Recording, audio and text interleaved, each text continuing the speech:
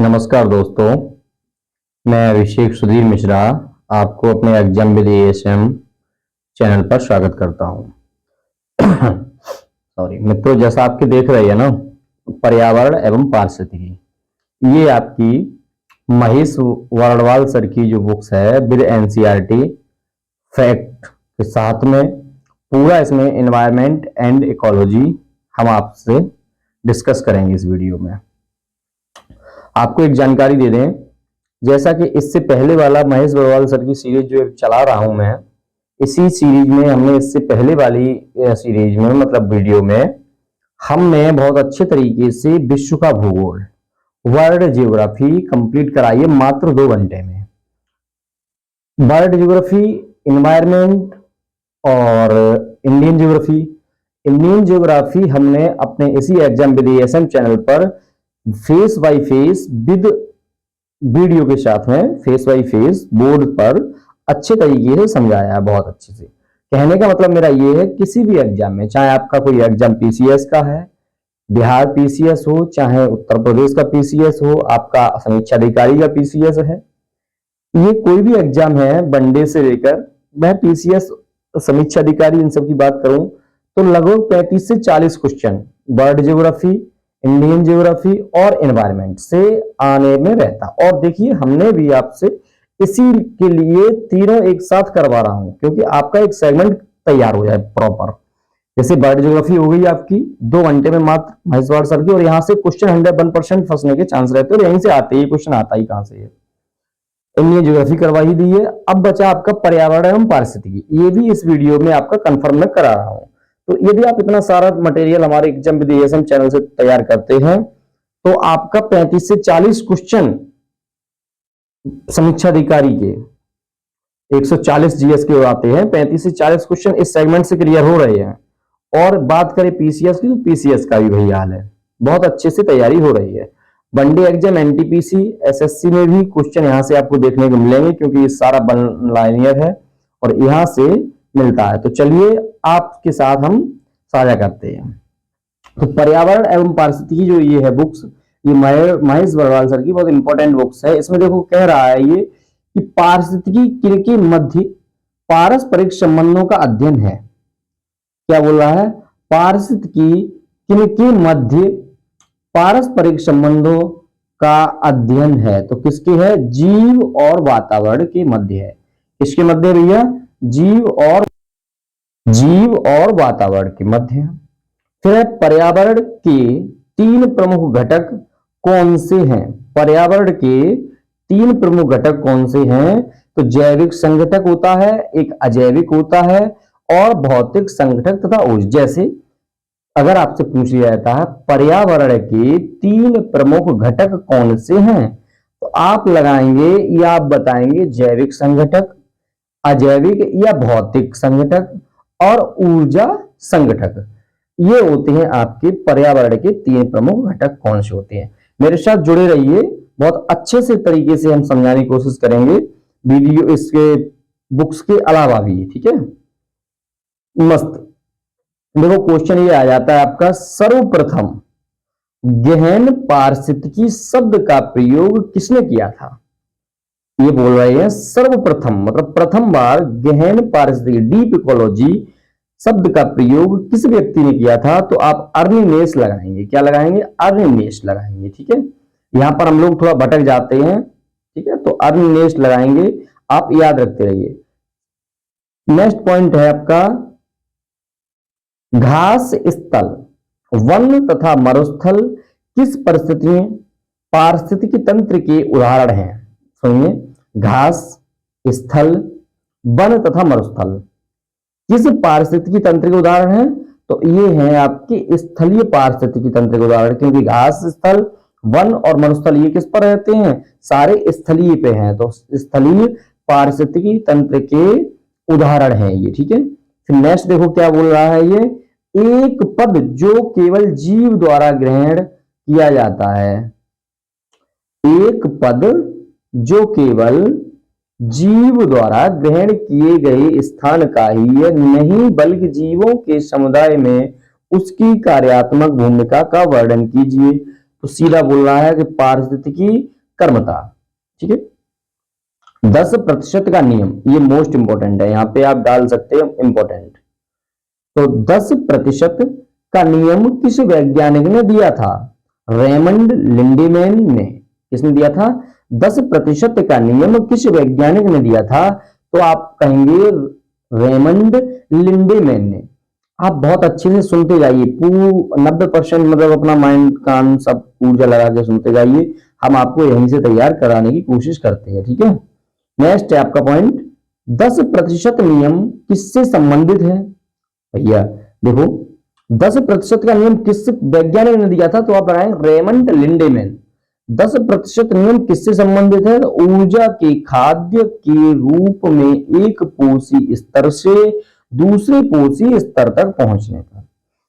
अच्छा, एक काम और करना, इसके साथ में ही आप ये जैसे हमारी वीडियो देखना, अच्छे से 1 से 2 बार देखना, बहुत संलीनता से देखना, अच्छे से देखना।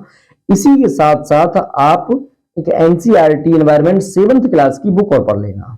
7th क्लास पर्यावरण की जो बुक है वो पढ़ लेना, इसके साथ साथ कंसेप्ट क्लियर हो जाएगा। ठीक है, 10% नियम किससे संबंधित है? ऊर्जा के खाद्य के रूप में एक पोषी स्तर से दूसरे पोषी स्तर तक पहुंचने से। फिर नेक्स्ट, धारणीय या स्थायी विकास की अवधारणा सर्वप्रथम किसने दी थी? मोस्ट इंपॉर्टेंट अभी है मेरे प्यारे दोस्त, मोस्ट इंपॉर्टेंट है। तो ये है ब्रेटलैंड कमीशन ने। धारणीय या स्थायी विकास की अवधारणा सर्वप्रथम किसने प्रस्तुत की थी? तो ब्रेटलैंड कमीशन ने कब की थी? तो 1987 ईस्वी में किया था। ठीक है, कब किया था? 1987 में। नेक्स्ट देखते हैं, देखिए तो ये नेक्स्ट में बोल रहे हैं सर्वाधिक स्थायी पारिस्थितिकी तंत्र कौन सा है? याद रखिए, मोस्ट इंपॉर्टेंट है और ये आता है, क्वेश्चन आया भी है। सर्वाधिक स्थायी पारिस्थितिकी तंत्र कौन सा है? तो अब महासागर टिक लगा देंगे कि महासागर है। सर्वाधिक पारिस्थितिकी स्थायी तंत्र कौन सा है, या सर्वाधिक स्थायी पारिस्थितिकी तंत्र कौन सा? तो महासागर है। फिर नेक्स्ट देखते हैं, पारितंत्र में खाद्य श्रृंखलाओं के संदर्भ में किस प्रकार के जीव अपघटक कहलाते हैं? कवक और जीवाणु। कवक और जीवाणु। स्थलीय पारिस्थितिकी तंत्र में जीव भार का पिरामिड कैसा होता है? तो ये होता है सीधा, ये नेक्स्ट पॉइंट है।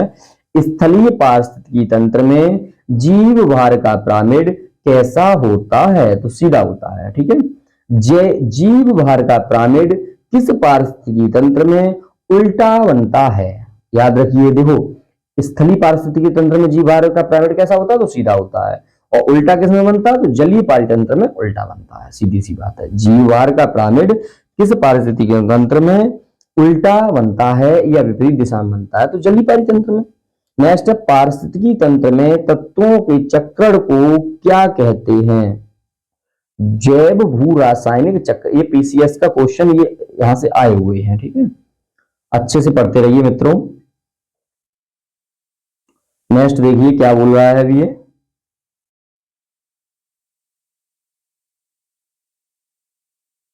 पारिस्थितिकी तंत्र में तत्वों के चक्रण को क्या कहते हैं? तो जैव भू रासायनिक चक्र कहते हैं। और फिर आपका प्लैंकटन वाला नेक है, समुद्री वातावरण में कौन से जीव मुख्य प्राथमिक उत्पादक होते हैं? तो फाइटोप्लैंकटन्स। ठीक है, क्या है? समुद्री वातावरण में कौन से जीव प्रमुख या मुख्य प्राथमिक उत्पादक होते हैं? फाइटोप्लैंकटन्स। पारितंत्र का गतिक हृदय किसे कहा जाता है? पारितंत्र का गतिक हृदय किसे कहा जाता है? तो किसे कहा जाता है? ऊर्जा प्रवाह खनिज चक्र को। ठीक है, ऊर्जा प्रवाह व खनिज चक्र को। नेक्स्ट है, किसी क्षेत्र के सभी जीवधारी तथा वातावरण में उपस्थिति अजैव घटक संयुक्त रूप से किसका निर्माण करते हैं? तो पारितंत्र का। नेक्स्ट है, पारिस्थितिकी तंत्र की ऊर्जा का प्रमुख स्रोत किसे माना जाता है? तो सौरिक विकिरण।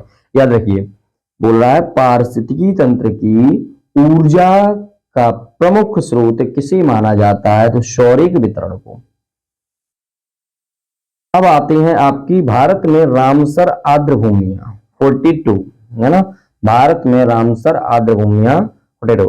देखिए आपको क्या है ना, ज्योग्राफी और एनवायरनमेंट मैं कंप्लीट इसमें करा दूंगा, एनवायरनमेंट, और इससे पहले ज्योग्राफी आपकी हो चुकी है। आप इस चैनल को सब्सक्राइब कर लो इस वजह से, क्योंकि मैं अभी लाने वाला हूं इंडियन पॉलिटी, और Indian polity by face video में क्लासरूम में बोर्ड पर अच्छे से डिस्कस करूंगा, जो आपको न प्री में चाहे वनडे से लेकर पीसीएस आईएएस तक का कोई एग्जाम हो, कहीं भी कोई प्रॉब्लम नहीं होगी इंडियन पॉलिटी में।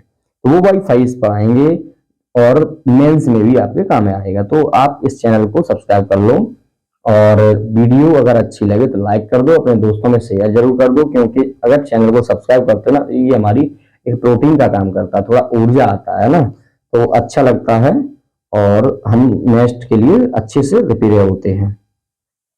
भारत में रामसर आर्द्रभूमियां, भारत में रामसर आर्द्रभूमियां देखो जम्मू कश्मीर में देखो कौन सी है, तो जम्मू कश्मीर की बूलर झील, होकेरा आर्द्रभूमि, सूर्यनसर मानेसर, ठीक है। जम्मू कश्मीर में आर्द्रभूमियां कौन सी हैं, बुलर झील, हमारे साथ पढ़ते चलिए अपने साथ साथ, बुलर झील, होकेरा आर्द्रभूमि, सूर्यनसर मानेसर। लद्दाख में कौन सी है, तो तिशो मोरीरी झील, तिशो मोरीसी झील, तिशोकार आर्द्रभूमि क्षेत्र। हिमाचल प्रदेश में देखो कौन सी है, चंद्रताल पोंग डैम झील, चंद्रताल, दूसरा पोंग डैम झील, फिर रेणुका झील। ये सबसे छोटी आर्द्रभूमि है, ठीक है, याद रखना, हिमाचल प्रदेश में है ये। पंजाब की देखो कौन कौन सी है, हरिके झील, यह कृत्रिम आर्द्रभूमियां पूछ ली जाती है, तो हरिके झील, कांजली झील, रोपड़ झील, ब्यास कंजर्वेशन रिजर्व।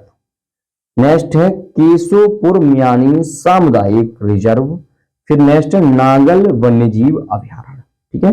नेक्स्ट क्या है, नागल वन्यजीव अभ्यारण्य।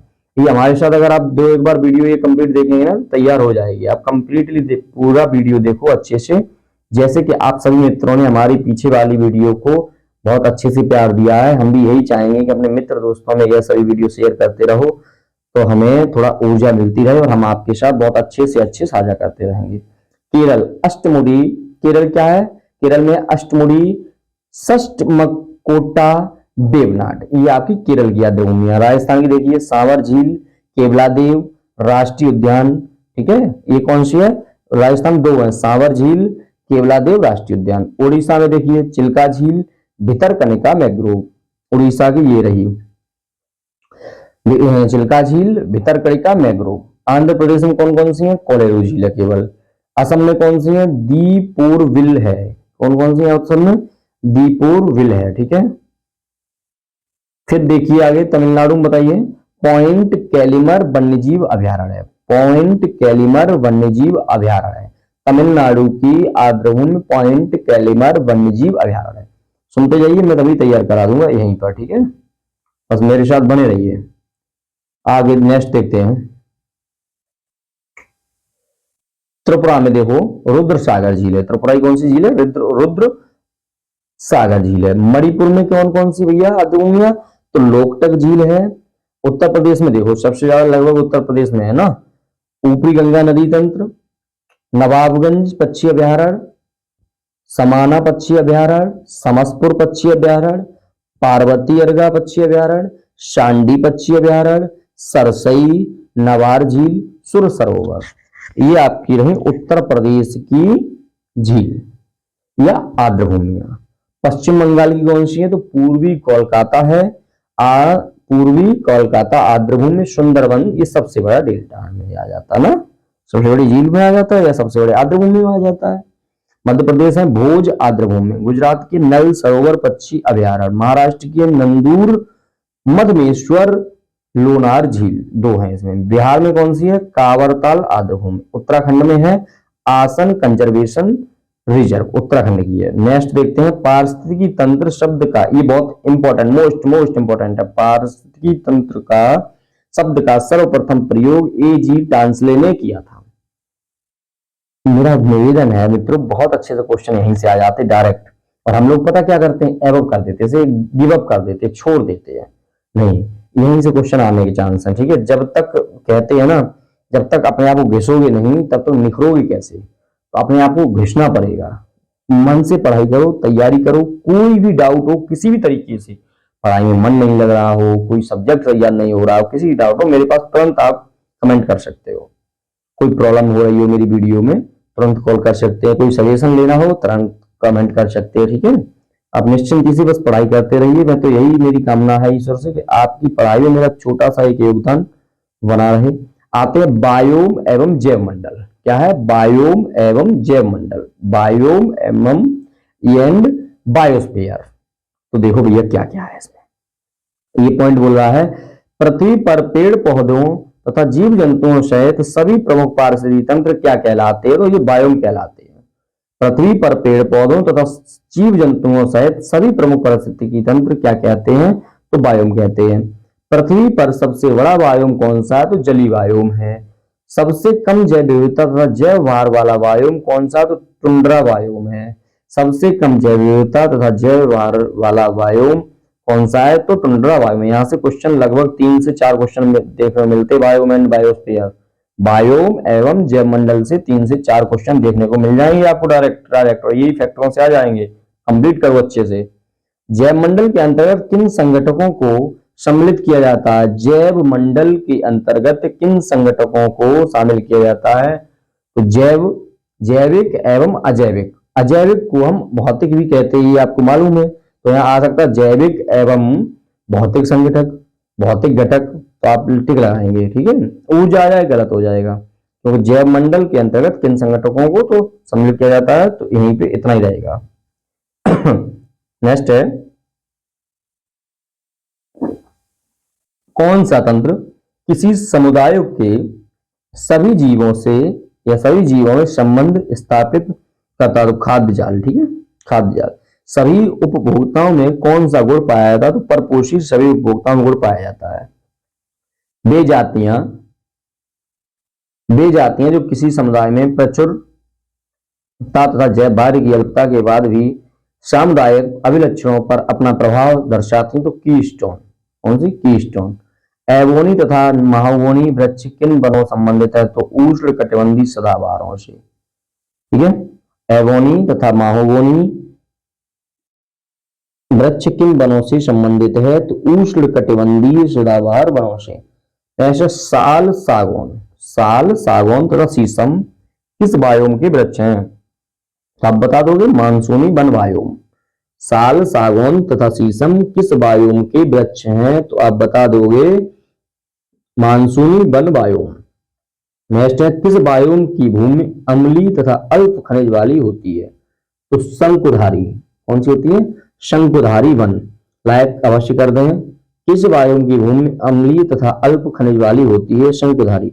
विषुवत रेखा से ध्रुवों की ओर जाने पर से, ठीक है, विषुवत रेखा जो आपकी है, भूमध्य रेखा जिसे कहते हैं, जिसे इक्वेटर कहते हैं, इसके ध्रुवों की ओर जाने पर पारिस्थितिकी उत्पादन का क्या प्रभाव पड़ता है? तो पहले बढ़ता है फिर घटता है। याद रखिए, विषुवत रेखा जो है से ध्रुवों की ओर जाने पर, मतलब नॉर्थ पोल या साउथ पोल की ओर जाने पर पहले बढ़ता है फिर घटता है पारिस्थितिकी उत्पादन।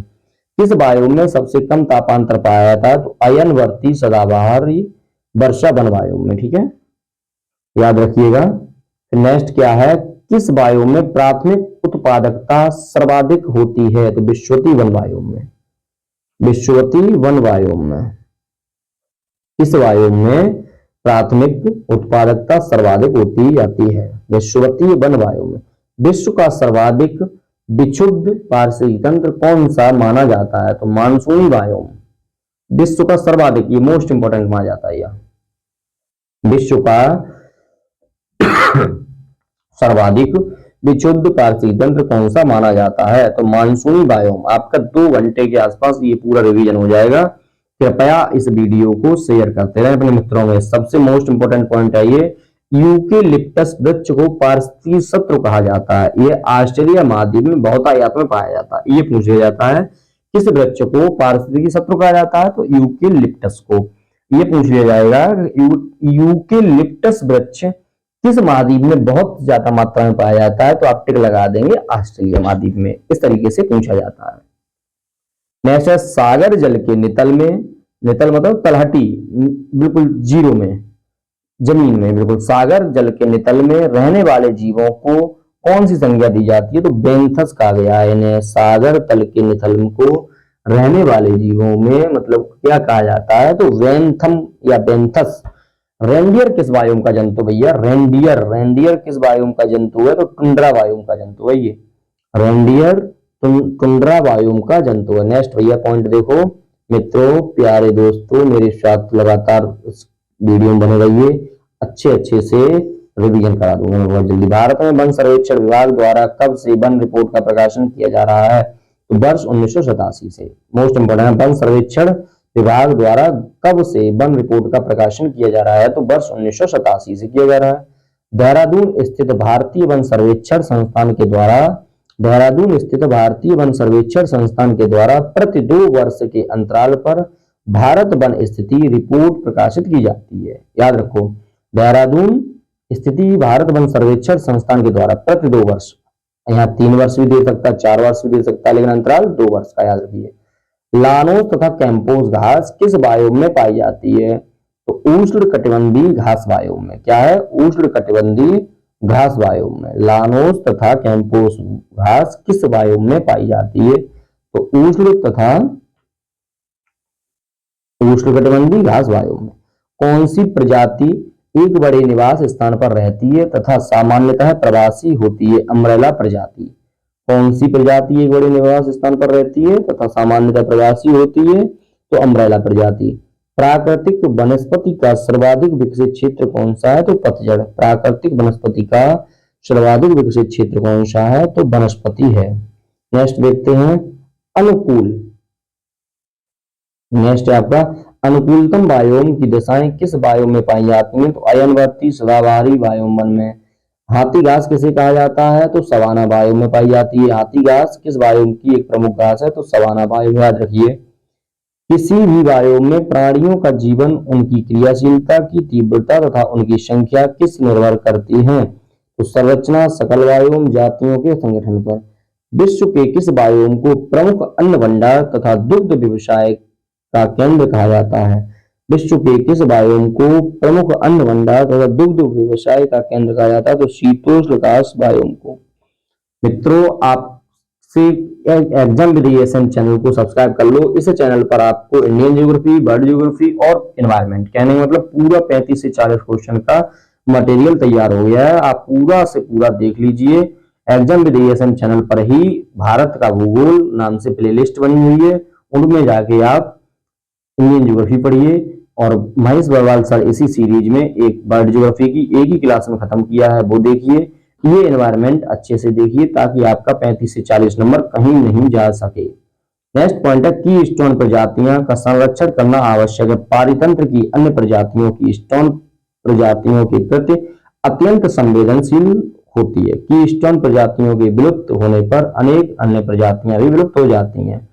नेक्स्ट पॉइंट है पौधों की जाति, उनकी संरचना एवं वृद्धि किस पर निर्भर करती है? तो पर्यावरण के भौतिक एवं जैविक कारकों के अंतर संबंध पर। पर्णपाती वन किस प्रकार के वायु में पाए जाते हैं? तो मानसून वन वायु में। पर्णपाती वन किस वायु में, किस प्रकार के वायु में पाए जाते हैं? तो मानसूनी वायु में। ठीक है, 2 भिन्न पारिस्थितिकी तंत्र के मध्य स्थित संक्रमण मंडल क्या कहलाता है? तो इकोक्लाइम कहलाता है। नेक्स्ट है सर्वाधिक पारिस्थितिकी स्तूप, ये मोस्ट इंपोर्टेंट है। सर्वाधिक पारिस्थितिकी स्तूप की परिकल्पना किसने प्रस्तुत की थी? तो चार्ल्स एल्टन ने। भारत में किस क्षेत्र को पारिस्थितिकी उष्ण स्थल की संज्ञा दी जाती है? तो पश्चिमी घाट को।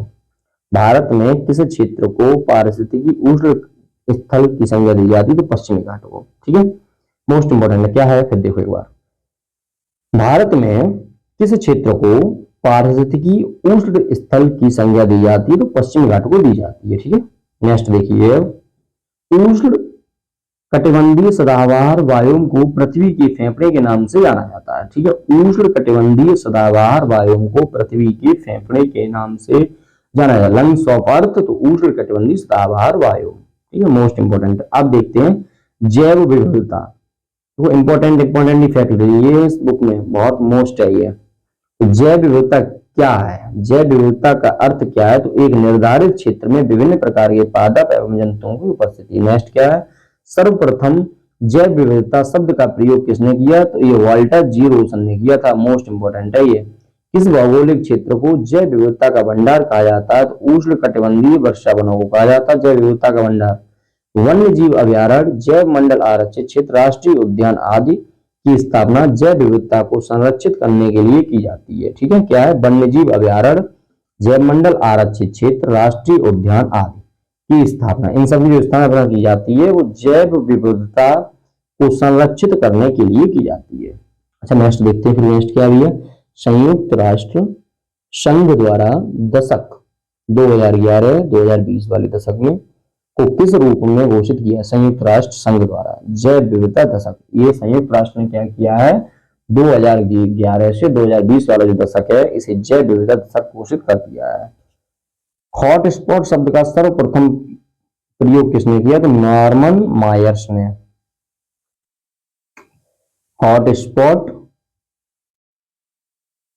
शब्द का प्रयोग सर्वप्रथम किसने किया? तो नॉर्मन मायर्स ने 1988 में किया था। नेक्स्ट देखो, ये पॉइंट इंपॉर्टेंट है। ऐसे क्षेत्र जो पारिस्थितिकी तंत्र दृष्टि से अत्यधिक उत्पादक होते हैं, ऐसे क्षेत्र जो पारिस्थितिकी दृष्टि से अत्यधिक उत्पादक होते हैं तथा जहां स्थानिक जातियों की उपलब्धता तथा जैव विविधता अधिक पाई जाती है, जैव विविधता हॉटस्पॉट कहलाते हैं। वर्तमान में विश्व में इनकी संख्या कितनी है? 36 दे रहे हैं। भारतीय राष्ट्रीय जैविक विविधता प्राधिकरण कहाँ स्थापित किया गया? तो चेन्नई में किया गया। इंपॉर्टेंट है, याद रखिए। भारतीय राष्ट्रीय जैविक विविधता प्राधिकरण कहाँ स्थापित किया गया है? तो चेन्नई, तमिलनाडु, वर्ष 2003 में। भारत में लेहवेरी के नाम से, मोस्ट इंपॉर्टेंट भैया, भारत में लेहवेरी के नाम से कौन सी पर्णपाती झाड़ी प्रसिद्ध है? सीवक थार्न। और ये कहाँ पे है? तो ये आपको जम्मू कश्मीर में देखने मिलेगा, लद्दाख वाले क्षेत्र में। ठीक है, सीवक थार्न। भारत में अति सघन वनों का सर्वाधिक क्षेत्र किस राज्य में पाया जाता है? इंपॉर्टेंट है बहुत ज्यादा। पूरी मेरी साथ इस वीडियो को पूरा देखना कृपया। देखो कैसे आपको एनवायरमेंट रिवीजन होता है बहुत अच्छे से।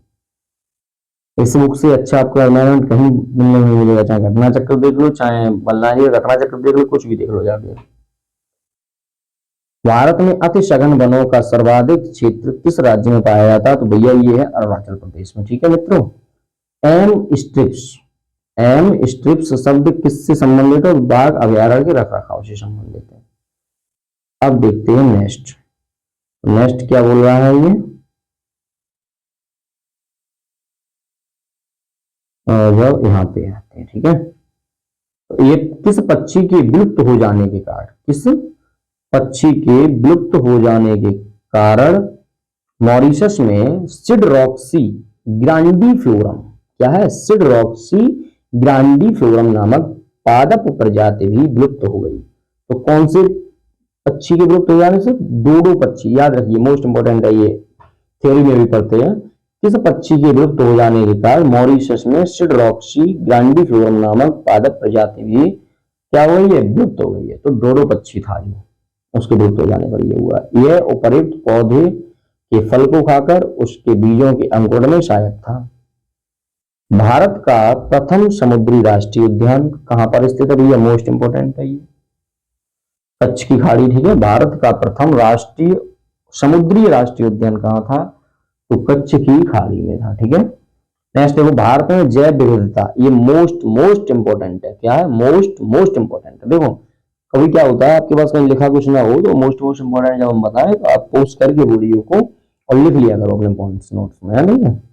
तो पश्चिमी घाट, इंडो बर्मा क्षेत्र, पूर्वी हिमालय, नंबर 4 सुडालैंड निकोबार द्वीप समूह। नंबर 1 देखो पश्चिमी घाट, नंबर 2 इंडो बर्मा क्षेत्र, नंबर 3 पूर्वी हिमालय और नंबर 4 सुंडालैंड निकोबार द्वीप समूह।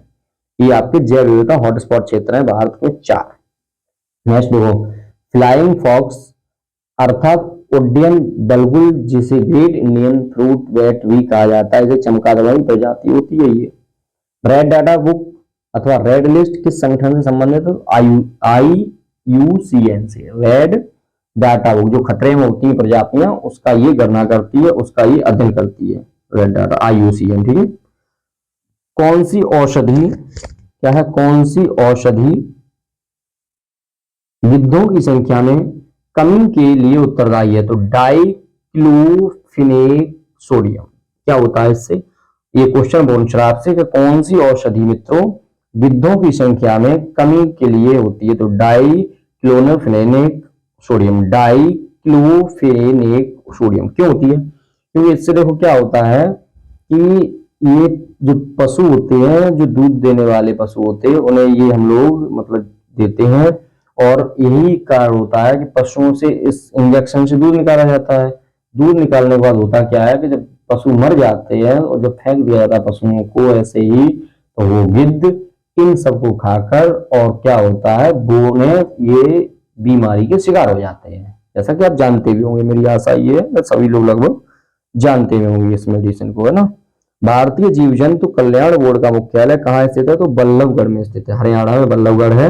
भारतीय जीव जंतु कल्याण बोर्ड का मुख्यालय कहाँ स्थित है, तो बल्लभगढ़ हरियाणा में स्थित है। वृक्षों पर रहने वाले किस स्तनधारी का जूलॉजिकल नाम एलोरोस फल्गेंस रेड पांडा है? भारत में रेड पांडा की प्राकृतिक आवास कहाँ पाए जाते हैं? हम फटाफट चल रहे हैं, मेरा कर्तव्य ये है कि अच्छे से आपको समझ में आ जाए, और आपका काम भैया ये है कि थोड़ा अपने इस आपका चैनल है इसे लाइक सब्सक्राइब करते रहें, थोड़ा मोटिवेट मुझे भी करते रहें। तो भारत में रेड पांडा के प्राकृतिक आवास कहाँ पाए जाते हैं? तो उत्तर पूर्वी भारत के उप हिमालयी क्षेत्रों में। नेक्स्ट है, दाचीगाम राष्ट्रीय उद्यान किस जंतु के संरक्षण के लिए प्रसिद्ध है? तो हंगुल मृग। तो दाचीगाम राष्ट्रीय उद्यान है वो किस जंतु के संरक्षण के लिए प्रसिद्ध है? ये हंगुल मृग। भारत में सर्वाधिक ऊंचाई पर स्थित राष्ट्रीय उद्यान कौन सा है? तो हेमिस राष्ट्रीय उद्यान लद्दाख। याद रखिए। किस समूह के जीव अमोनिया को नाइट्राइड में परिवर्तित करते हैं? तो नाइट्रोसोमोनास जीव। ठीक है। नेक्स्ट है, धान का पौधा किस नाइट्रोजन को किस रूप में ग्रहण करता है? तो अमोनियम के रूप में। नेक्स्ट है, जीव मंडल पारिस्थितिकी तंत्र में रासायनिक तत्वों का प्रवेश किस माध्यम से होता है? तो पौधों की जड़ों के द्वारा। भारत में पूर्वोत्तर के राज्यों को जैव विविधता का द्वार कहा जाता है। समझ लीजिए, ये मोस्ट इंपॉर्टेंट है। भारत में पूर्वोत्तर के राज्यों को जैव विविधता का द्वार कहा जाता है। अंडमान और निकोबार द्वीप समूह में स्थित साउथ बटन क्या है? ये साउथ बटन द्वीप भारत का सबसे छोटा राष्ट्रीय उद्यान है। याद रखो, ये मोस्ट इंपोर्टेंट है भैया यहां से। ठीक है, साउथ बटन। रुको एक सेकंड।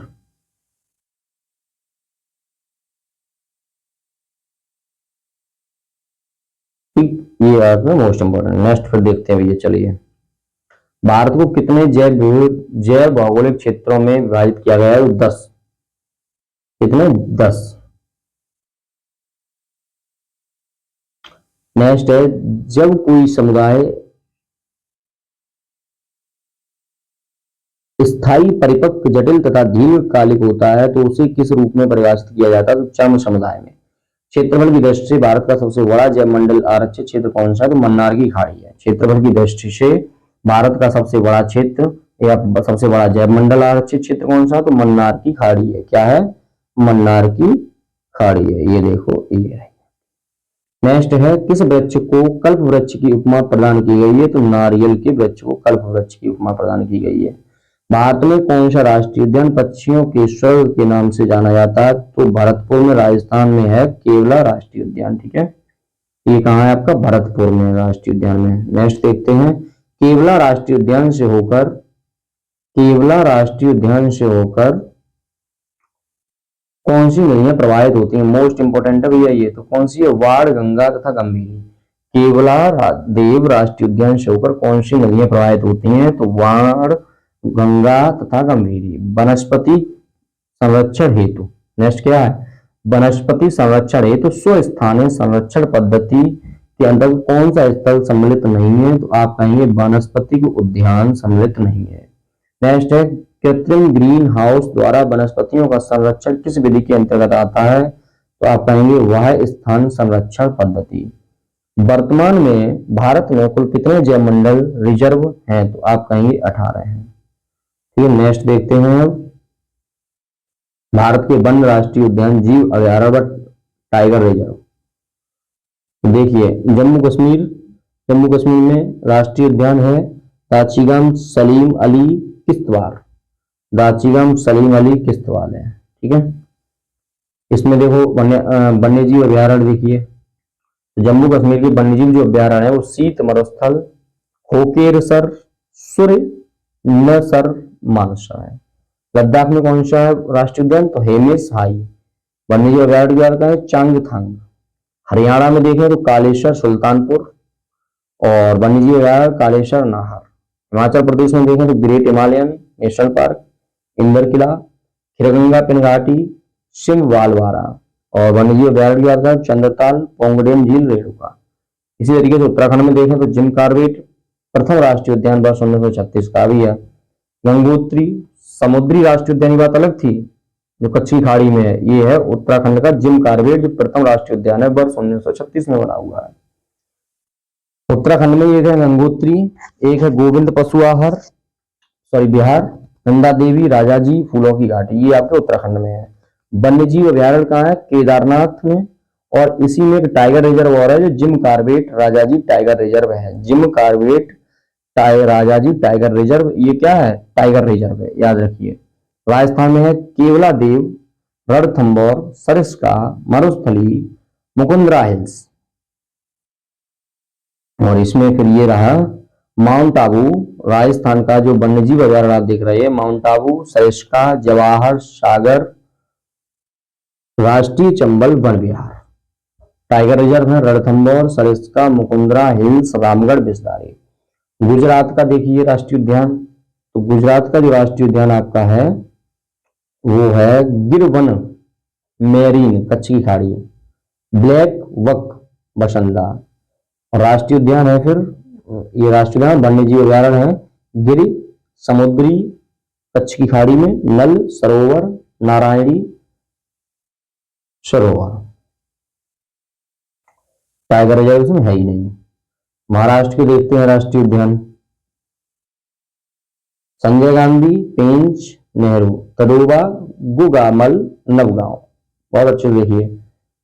इसमें फिर ये देखो क्या है, वन्यजीव अभ्यारण्य, वन्यजीव अभ्यारण्य great Indian bustard, great Indian bustard, फनसडभोर, कालसुबई, हरिश्चंद्र घाट, मेलघाट, नागजीरा, करनाल पक्षी, पेनगंगा, अमरूद पौनी, करहाला। ये रही आपकी टाइगर रिजर्व। देखो मेलघाट, तड़ोबा, अंधेरी, पेंच, सराय, नवगांव, नजीरा, सोप, ये आप एक बार पढ़ लीजिए। फिर नेक्स्ट क्या है देखो, गोवा में महावीर, महावीर टाइगर रिजर्व है ही नहीं इसमें। कर्नाटक में देखो राजीव गांधी नागरहोल, कुद्रेमुख, वन्नेरघट्टा, अंसी, बांदीपुर, ये क्या है आपके राष्ट्रीय उद्यान है। वन्यजीव अभ्यारण्य कौन से हैं, दांडेली, घाट प्रवाह, चिंचोली, तालकवेरी।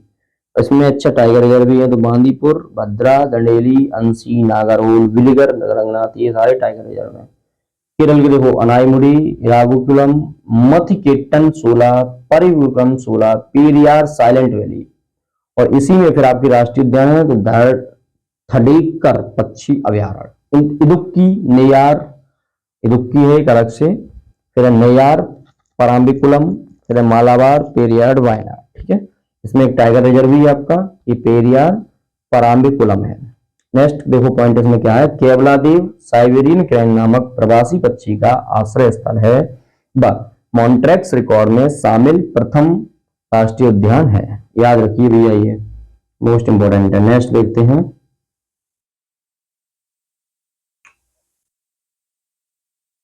तेलंगाना, तेलंगाना देखते हैं। तेलंगाना के राष्ट्रीय उद्यान जो है वो कारसु ब्रह्मानंद रेड्डी, महावीर, हरिना, वनस्थली, मुगलावनी है।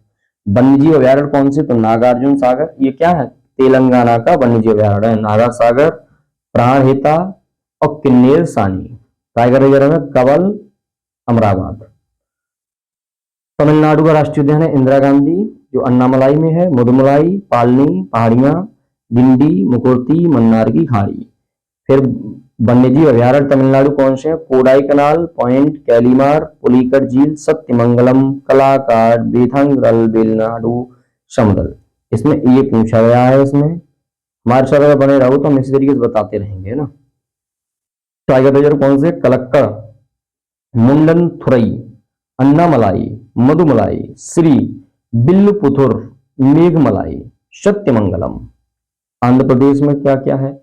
आंध्र प्रदेश के राष्ट्रीय उद्यान देखिए, आंध्र प्रदेश के राष्ट्रीय उद्यान है तुम्हारे मित्रों राजीव गांधी, पापीकोंडा श्री वेंकटरमन, कोरिंगा कोलेरू, पुलिकट, नागार्जुन, ये तुम्हारे राष्ट्रीय उद्यान है। ठीक है, वन्यजीव अभ्यारण्य। ठीक है, सागर शीशलम। अच्छा, टाइगर रिजर्व ये रहे फिर नागार्जुन सागर, शीशलम, सबसे बड़ा क्षेत्रफल भी है। ठीक है, छत्तीसगढ़ देखो फिर क्या है। छत्तीसगढ़ देखिए, इंद्रावती, कांगेर घाटी, गुरु घासीदास वन्यजीव अभ्यारण्य देखो, अचान कमार, सीता नदी टाइगर रिजर्व है, इंद्रावती, उदंती, सीता नदी, अचान कमार। उड़ीसा का ये राष्ट्रीय उद्यान भितरकनिका, शिमलीपाल, मोस्ट इंपोर्टेंट है, आ जाता है ये राष्ट्रीय उद्यान भितरकनिका, चिल्का, गहरमाथा, नंदनकानन, सतकोशिया गार्ज, शिमलीपाल। ये देखो टाइगर रिजर्व में शिमलीपाल, सतकोशिया गार्ज। पश्चिम बंगाल में देखो तो पश्चिम बंगाल में बुक्सा, गोरुमारा, नेवरी वैली, सिंगलीला, सुंदरबन, जल्दापारा। जल्दापारा और सुंदरबन पूछा गया है। राष्ट्रीय उद्यान देखिए, सॉरी वन्यजीव अभ्यारण्य तो है ये चपरामारी, बल्लभपुर, और टाइगर रिजर्व है सुंदरबन, बुक्सा। त्रिपुरा में देखो किलाव, डीड, लेपर्ड, बाइसन, ये क्या है? ये आपका राष्ट्रीय उद्यान है। वन्यजीव अभ्यारण्य गुमटी, सेवी, ये सब नहीं आता। मिजोरम का भी नहीं पूछा गया है, और मणिपुर का पूछता है। ये मणिपुर में देखिए केवल, लामजाओ, सिरोही। नागालैंड में इटांकी, पड़ेगी, ये भी कभी नहीं पूछा गया। अरुणाचल प्रदेश में नामदफा पूछा गया है, नामदफा, माओलिंग, पकुई, सेमा, नामदफा, पक्के। असम का पूछ लिया जाता है, डिब्रू, सखोवा, ये सब क्या है? राष्ट्रीय उद्यान है। काजीरंगा, मानस, राजीव गांधी, ओरंग, नमेरी, रायमोना, देहंग, पटकाई। क्या होता है? काजीरंगा और मानस इसमें पूछा गया है, लेकिन हमें असम के सारे याद करने हैं एकदम तैयार। बीपुर, व्हीलपुर, ये राष्ट्रीय उद्यान है। मानस, नमेरी, काजीरंगा, औरंग ये टाइगर रिजर्व है। सिक्किम का कंचनजंगा पूछ लिया जाता है, किताब ये कभी नहीं पूछा गया है। मेघालय का भी कभी नहीं पूछा गया है। झारखंड का बेतवा पूछा गया है, ये इंपॉर्टेंट है। और इधर हजारीबाग वगैरह, पलामू, पलामू, पेपोंची, ये सारे पूछे गए आपसे। ठीक है, बहुत कम समय में आपको तैयार करा देंगे हम ये मित्रों। बिहार, बिहार का वाल्मीकि। ठीक है, ये क्या है? राष्ट्रीय उद्यान है। अगर वन अभ्यारण्य की बात करें तो भीम बांध, गौतम बुद्ध, कांवर झील, कैमूर, वाल्मीकि, विक्रमशिला और वाल्मीकि, ये है आपका राष्ट्रीय उद्यान, सॉरी टाइगर रिजर्व है। उत्तर प्रदेश का मोस्ट इंपोर्टेंट है, पूछा जाता है तो दुधवा राष्ट्रीय उद्यान। बखिरा, ये तुम्हारे वन्यजीव अभ्यारण्य, बखिरा, स्वामी, महावीर स्वामी राष्ट्रीय, चंबल, ओखला, पटना। दुधवा और पीलीभीत क्या है? टाइगर रिजर्व भी है यहाँ। ठीक है, मध्य प्रदेश में 11 राष्ट्रीय उद्यान है। कौन कौन से हैं? बांधवगढ़, फांसिल, कान्हा, माधव, इंदिरा प्रियदर्शनी, इसे पेंच भी कहते हैं, पन्ना और संजय, सतपुड़ा, वन विहार, डायनासोर, कूनो। अब आ जाओ राष्ट्रीय उद्यान में, बोरी, गांधी सागर, राष्ट्रीय चंबल, पन्ना, रातापानी, सोन, घड़ियाल। आ जाइए अब टाइगर रिजर्व में, तो पन्ना, कान्हा, सतपुड़ा, बांधवगढ़, संजय, दोगरी, पेंच। अंडमान निकोबार में अगर जाएं तो 9 राष्ट्रीय उद्यान है अंडमान निकोबार में। कौन कौन से हैं? Campbell, गालाथिया, Mahatma Gandhi, marine. उत्तरी वटनद्वीप, मध्य वटनद्वीप, माउंट हैरियट, रानी झांसी, मरीन, सैंडल पीक। ये तुम्हारे अंडमान निकोबार के क्या हैं? अंडमान निकोबार क्या है? ये अंडमान निकोबार के राष्ट्रीय उद्यान है। अब बात करें अंडमान निकोबार के वन्य जीव अभ्यारण्य, तो टर्टल द्वीप, बैरन द्वीप सर्वाधिक।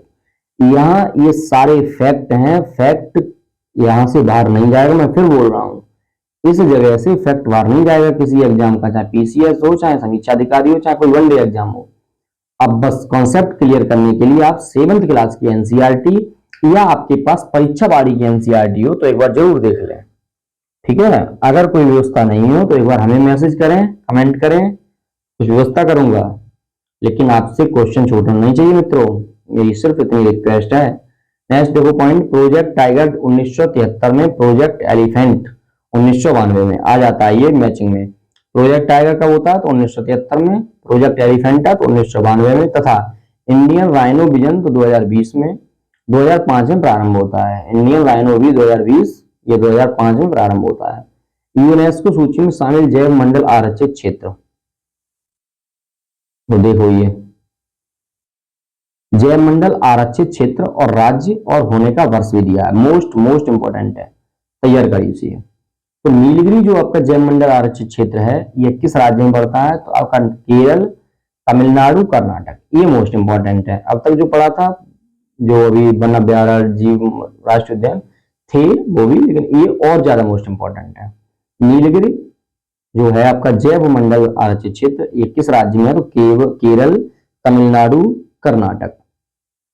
यह 2000 में सम्मिलित हुआ है, इस सूची में सम्मिलित हुआ है ये सम्मिलित आपका हुआ है यूनेस्को वाली सूची में, ठीक है, याद रखना। नेक्स्ट देखो, बस थोड़ा और बचा भी हो जाएगा। मन्नार की खाड़ी तमिलनाडु में है, 2001 में सम्मिलित हुई है। सुंदरवन पश्चिम बंगाल में है, 2001 में हुई है। नंदा देवी उत्तराखंड में 2004 में सम्मिलित है। नौकरेक मेघालय में है, 2009 में सम्मिलित है। पंचमढ़ी मध्य प्रदेश में 2009 में, सिमलीपाल उड़ीसा 2009 में, अमरकंटक अचानकमार मध्य प्रदेश और छत्तीसगढ़ में 2012 में हुआ है। ग्रेट निकोबार अंडमान निकोबार द्वीप समूह 2013 में हुआ है। नंबर 10 अगस्तमलाई, ये तमिलनाडु में 2016 में हुआ है। कंचनजंगा सिक्किम में है, 2018 में हुआ है। पन्ना मध्य प्रदेश में है, 2020 में हुआ है। नेक्स्ट पॉइंट क्या बोल रहा है, भारत में प्रथम जैव मंडल आरक्षित क्षेत्र कहाँ स्थापित किया गया था।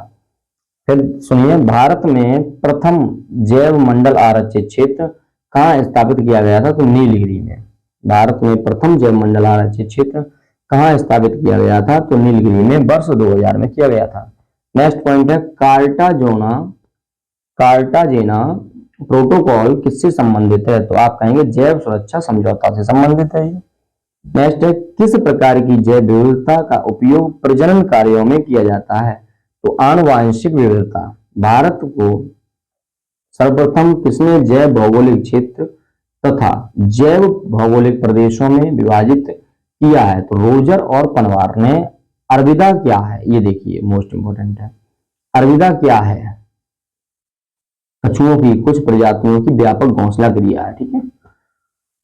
अरविदा कछुओं की कुछ प्रजातियों की व्यापक घोंसला प्रक्रिया। पर्यावरण सुरक्षा हेतु वर्ष 1961 में स्थापित वर्ल्ड वाइड फंड का मुख्यालय कहां है तो आप क्या कहेंगे, ओस्लो नॉर्वे में। ओके, किस राज्य में सर्वाधिक संख्या में राष्ट्रीय पार्क स्थित हैं तो आप कहेंगे मध्य प्रदेश में, ठीक। नेक्स्ट देखो, जैव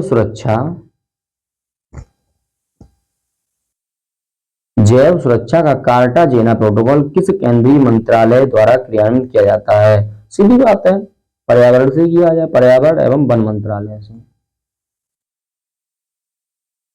भारत का प्रथम national centre for marine biodiversity किस शहर में स्थित है, जामनगर गुजरात में, ठीक है। याद रखो, भारत का प्रथम national centre for marine biodiversity किस शहर में स्थित है तो जामनगर गुजरात में। उड़ने वाली छिपकली जिसे ब्रैको कहा जाता है वह भारत में कहाँ पाई जाती है तो पश्चिमी घाट के वनों में पाई जाती है भैया, उड़ने वाली बच्ची। क्षेत्रफल की दृष्टि से भारत का सबसे बड़ा टाइगर रिजर्व कौन सा है तो नागार्जुन। क्षेत्रफल की दृष्टि से सबसे बड़ा है तो नागार्जुन। जिम कार्बेट उत्तराखंड 1936 में स्थापित हुआ। भारत का प्रथम राष्ट्रीय उद्यान व प्रोजेक्ट टाइगर के अंतर्गत अधिसूचित प्रथम टाइगर रिजर्व, पहले इसका नाम हेली राष्ट्रीय उद्यान था, याद रखिए। नेक्स्ट है आपका, विश्व का कौन सा द्वीप केवल पक्षियों के लिए आरक्षित है? तो कजिन द्वीप सेशेल्स, सेशेल्स में है। ठीक है, ये क्या है? विश्व का कौन सा द्वीप पक्षियों के लिए, केवल पक्षियों के लिए आरक्षित है? तो आप कजिन द्वीप कहेंगे, ये सेशेल्स में है। भारत में पक्षियों का प्रथम वनारण्य कहाँ स्थापित किया गया है? तो वेदांतथंगल में। भारत का प्रसिद्ध नीलगिरी जीव मंडल आरक्षित क्षेत्र कितने राज्यों में विस्तरित है? 3 राज्यों में। भारत का प्रसिद्ध नीलगिरी जीव मंडल आरक्षित क्षेत्र कितने राज्यों में विस्तृत है? तो 3 राज्यों में, कर्नाटक, तमिलनाडु व केरल। नीलगिरी जीव मंडल। ठीक है। कान्हा राष्ट्रीय उद्यान किस जंतु के संरक्षण के लिए प्रसिद्ध है? तो आप कहेंगे वारासिंगा के लिए। कान्हा राष्ट्रीय उद्यान। भारत का प्रसिद्ध फूलों की घाटी वाला राष्ट्रीय उद्यान क्षेत्र किन पर्वतारोहियों ने खोजा है? मोस्ट इंपोर्टेंट है, किन्होंने खोजा है? तो आप कहेंगे फ्रैंक, स्माइथ और होल्डर्स। किस गंगा के टाइगर की उपमा दी जाती है? किसे गंगा के टाइगर की उपमा दी जाती है? तो डॉल्फिन को गंगा का टाइगर कहते हैं भैया। यह देखो पक्षी अभयारण्य, मोस्ट इंपोर्टेंट है ये।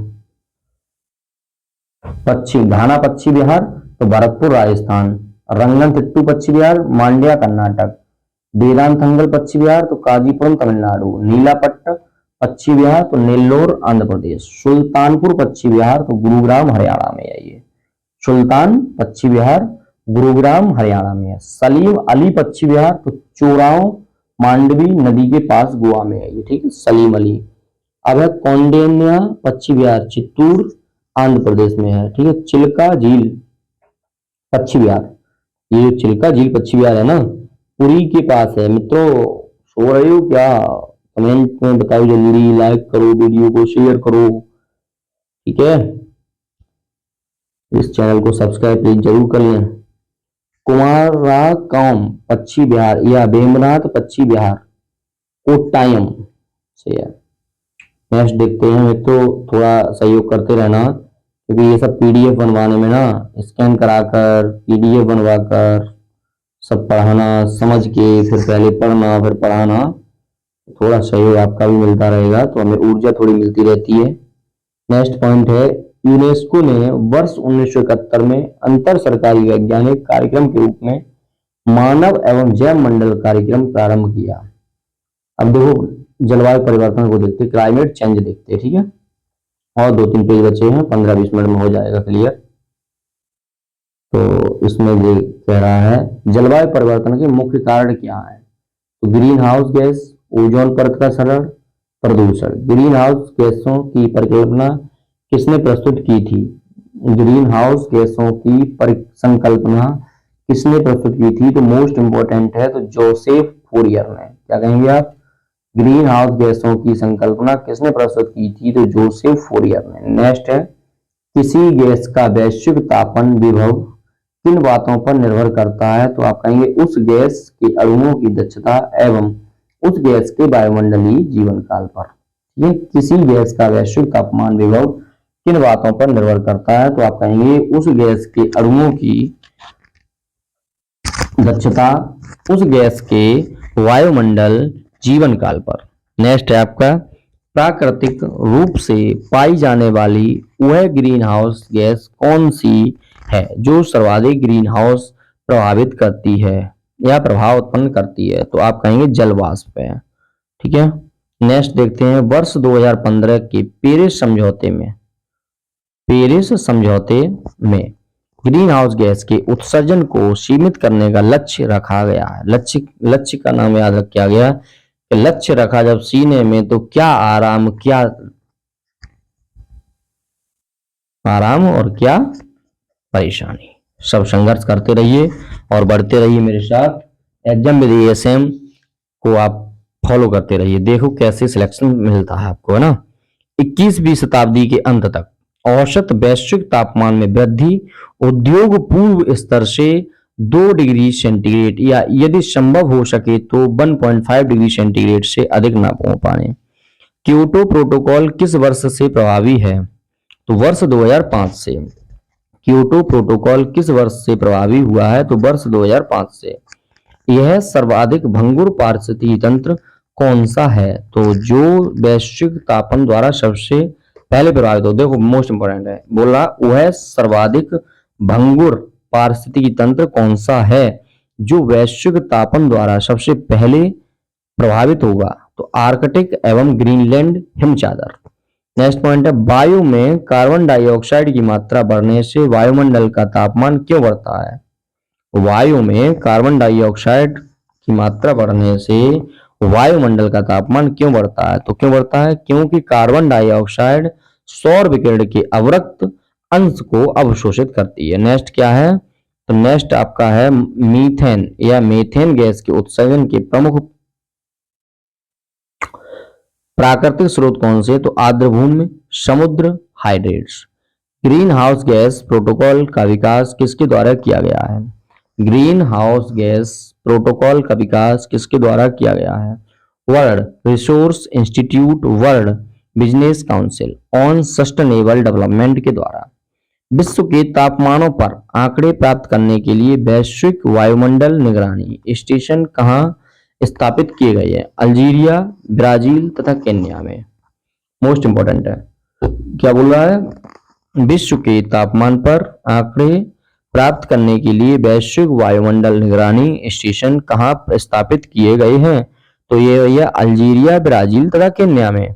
कंप्लीटली देखते रहिए, थोड़ा और बचा है अभी 2 पेज, बस क्लियर हो जाएगा। इसमें से आपको 15 से 16 क्वेश्चन सीधे सीधे देखने को मिलेंगे। 1-1.5 घंटे अगर 2-3 बार देख लेंगे ना, तैयार हो जाए, कोई आपको कहीं से बाहर जरूरत नहीं पड़ेगी। है कितना? 1 से 1.5 घंटे की वीडियो है, तो 3 बार देख लो जल्दी से, मजा आ जाएगा। जलवायु परिवर्तन का क्रायोजेनिक संकेतक किससे प्राप्त किया है? तो आइस कोर से। जलवायु परिवर्तन का क्रायोजेनिक संकेतक किससे प्राप्त किया है जाता है? तो आइस कोर से। नेक्स्ट देखिए आप क्या है,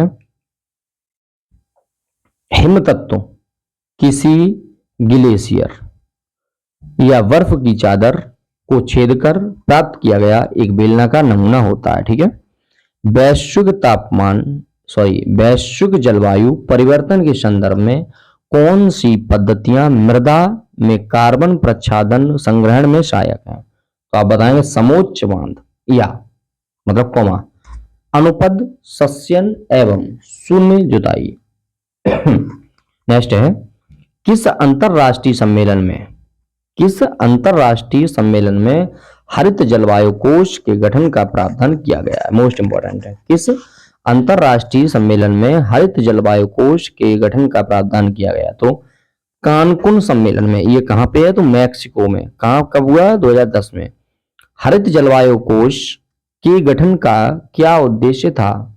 हरित जलवायु कोष के गठन का क्या उद्देश्य था? विकासशील देशों को जलवायु परिवर्तन का सामना करने हेतु अनुकूल और न्यूनीकरण में सहायता देना है। नेक्स्ट है, यदि किसी महासागर का पादप प्लवक किसी कारण से पूर्णतया नष्ट हो जाए तो कार्बन सिंक के रूप में महासागर पर एवं महासागर की खाद्य श्रृंखला पर इसका प्रतिकूल प्रभाव पड़ता है। कैसा प्रभाव पड़ता है बता रहा है? यदि महासागर का पादप प्लवक पूर्णतः नष्ट हो जाए तो ये प्रभाव पड़ता है। प्रथम विश्व जलवायु सम्मेलन कहाँ आयोजित किया गया था? तो जेनेवा, स्विट्जरलैंड में। ठीक है, प्रथम विश्व जलवायु सम्मेलन कहाँ आयोजित किया गया था? तो जेनेवा, स्विट्जरलैंड, वर्ष 1979 में। कौन सी घटनाएं वैश्विक तापन के प्रभाव को दर्शाती हैं? तो हिमानी का पिघलना, सागरीय तल में उत्थान, मौसमी दशाओं में परिवर्तन, वैश्विक तापमान में वृद्धि आदि। कौन सी घटना वैश्विक तापमान हो? तो ये घटना। नेक्स्ट, वैश्विक तापन के कारण एल्पाइन ग्लेशियर के पिघलने से किन 2 देशों को अपनी अंतरराष्ट्रीय सीमाएं फिर से निर्धारित की गई हैं? तो इटली, स्विट्जरलैंड। नेक्स्ट देखिए, ऊर्जा की बचत कर पृथ्वी को सुरक्षित रखने के उद्देश्य से प्रत्येक वर्ष मार्च के अंतिम शनिवार को पृथ्वी काल मनाया जाता है। यहां से क्वेश्चन आ जाता है कि पृथ्वी काल कब मनाया जाता है? तो मार्च के अंतिम शनिवार को। इसका समय घंटे 8:30 शाम के 9:30 तक के लिए बत्तियां बुझा दी जाती हैं। वर्ष 2020 में 28 मार्च का पूरा विश्व में अर्थ आवर मनाया गया था। इसमें 187 देशों के साथ के 7,000 से अधिक देशों ने भाग लिया था। Green group world wide fund for nature द्वारा आयोजित एक अर्थ आवर का 14वां संस्करण था। इसका विषय था जलवायु परिवर्तन। नेक्स्ट देखिए, भारत ने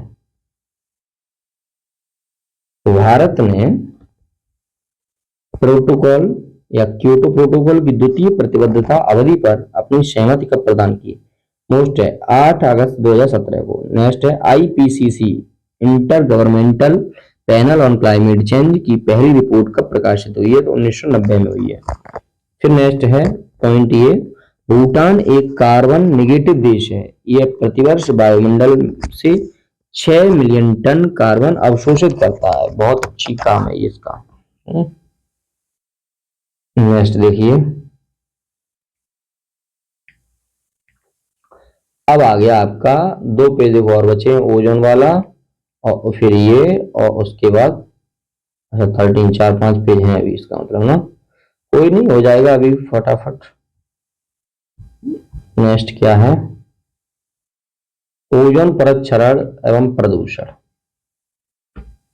ओजोन परत क्षरण एवं प्रदूषण। तो ओजोन परत वायुमंडल के किस स्तर में स्थित होती है? ओजोन परत जो है वो वायुमंडल के किस स्तर में स्थित होती है? तो समताप मंडल में। ठीक है, ओजोन परत पृथ्वी से कितने ऊंचाई पर स्थित है? तो 20 से 35 किलोमीटर। ठीक है, वर्ष 2005 में तिब्बत पठार के ऊपर ओजोन आभा मंडल की खोज किसने की? तो GW केंट मूर ने की। अंटार्कटिका के ऊपर ओजोन छिद्र की खोज किसने की? तो ब्रायन गार्डिनर तथा जोनाथन सैंकलिन। मॉन्ट्रियल प्रोटोकॉल किस पर्यावरणीय समस्या से संबंधित है? तो ओजोन परत के क्षय को रोकने से। नेक्स्ट देखिए, ओजोन परत को किस इकाई से मापा जाता है? ये मोस्ट इंपोर्टेंट क्वेश्चन आता है यहाँ से। तो डॉप्सन इकाई से मापा जाता है। ओजोन परत के क्षरण के लिए कौन सी गैस उत्तरदायी है? तो CFC, halogen, nitrous oxide, trichloroethylene. ठीक है, नेक्स्ट देखो क्या बोल रहा है, ऐसे पदार्थ जो ओजोन की परत को कम से कम हानि पहुंचाते हैं और ओजोन अनुकूल पदार्थ कहलाते हैं। भारत के श्रीनगर में ओजोन परत की मोटाई सर्वाधिक एवं त्रिवेंद्रम में सबसे कम है। सितंबर से अक्टूबर माह के मध्य ओजोन परत की मोटाई में अधिक कमी होती है। ये याद रखना, कब कमी होती है? तो सितंबर अक्टूबर के माह में। सबसे अधिक मोटाई कहाँ पर है? श्रीनगर में। सबसे कम है त्रिवेंद्रम में, याद रखिएगा। नेक्स्ट है, वायु में तैरते हुए श्वसनीय सूक्ष्म कणों का आकार कितना होता है? तो 5 माइक्रोन से कम होता है। ठीक है, नेक्स्ट मानव जनित पर्यावरणीय प्रदूषण को क्या कहा जाता है? तो एंथ्रोपोजेनिक कहा जाता है। जैव निम्नीकरण रहित प्रदूषक पर्यावरण में किस प्रकार प्रवेश करते हैं? तो मानव जनित प्रदूषण के कारण। ठीक है, वे वायु प्रदूषक जो प्रदूषक स्रोत से सीधे वायु में मिलते हैं क्या कहलाते हैं? तो प्राथमिक प्रदूषक। ऐसे वायु प्रदूषक जो प्राथमिक वायु प्रदूषकों तथा साधारण वातावरणीय पदार्थों की क्रिया के फलस्वरूप उत्पन्न होते हैं क्या कहलाते हैं? द्वितीयक वायु प्रदूषक कहलाते हैं। नेक्स्ट देखते हैं, परऑक्सीएसिटिल नाइट्रेट ओजोन तथा स्मॉग किस प्रकार के प्रदूषक हैं? तो द्वितीय। फिर है भैया, कौन सा वायु प्रदूषक ऑक्सीजन की अपेक्षा अधिक शीघ्रता से रक्त के हीमोग्लोबिन में घुल जाता है? कौन सा वायु प्रदूषक ऑक्सीजन की अपेक्षा अधिक शीघ्रता से रक्त के हीमोग्लोबिन में घुल जाता है? Carbon monoxide. ठीक है, जब अकार्बनिक पोषक जैसे फॉस्फेट तथा नाइट्रेट घुलकर जलीय पारिस्थितिकी तंत्र में आ जाते हैं तो जलीय पारिस्थितिकी तंत्र में किस घटना में वृद्धि करते हैं? तो सुपोषण में करते हैं। वाहनों में पेट्रोल के दहन के परिणाम में कौन धातु वायु को प्रदूषित करती है? तो लेड करती है। क्या है? लेड करती है।